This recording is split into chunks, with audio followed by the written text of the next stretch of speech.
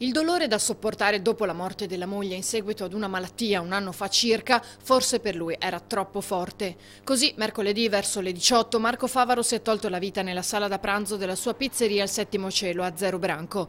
Si è sparato un colpo alla testa sul tavolo dove era solito cenare con la moglie Morena e i due figli. Un gesto estremo vissuto da molti in diretta su Facebook. Prima di spararsi, infatti, il 51enne originario di Spinea ma residente a Favaro Veneto ne ha dato l'annuncio sul social. Addio, non ce la faccio più.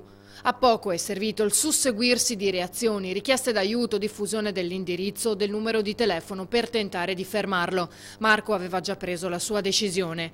Anche il figlio 14enne, non riuscendo a mettersi in contatto con lui, si era inserito nella discussione ed è stato proprio lui, ad un certo punto, a dare il tragico annuncio. Troppo tardi, si legge, l'hanno trovato, si è sparato. All'indomani restano poche parole e una grande tristezza nel cuore. L'amministrazione si mette a disposizione della famiglia. Noi siamo vicini come cittadinanza a questa famiglia e a cui porgiamo le nostre condoglianze e a cui va il nostro pensiero.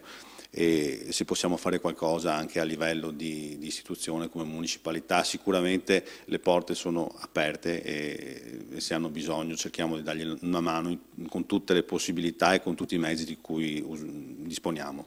Incredulità tra gli abitanti della zona. Bisogna vedere in quel momento a testa cosa dice. La disperazione fa tanti brutti scherzi. Chi di solito prende plateatico un evento così penoso e così triste e così grave, cerca di spalmarlo nella condivisione di un dolore collettivo, ma è anche un atto dimostrativo.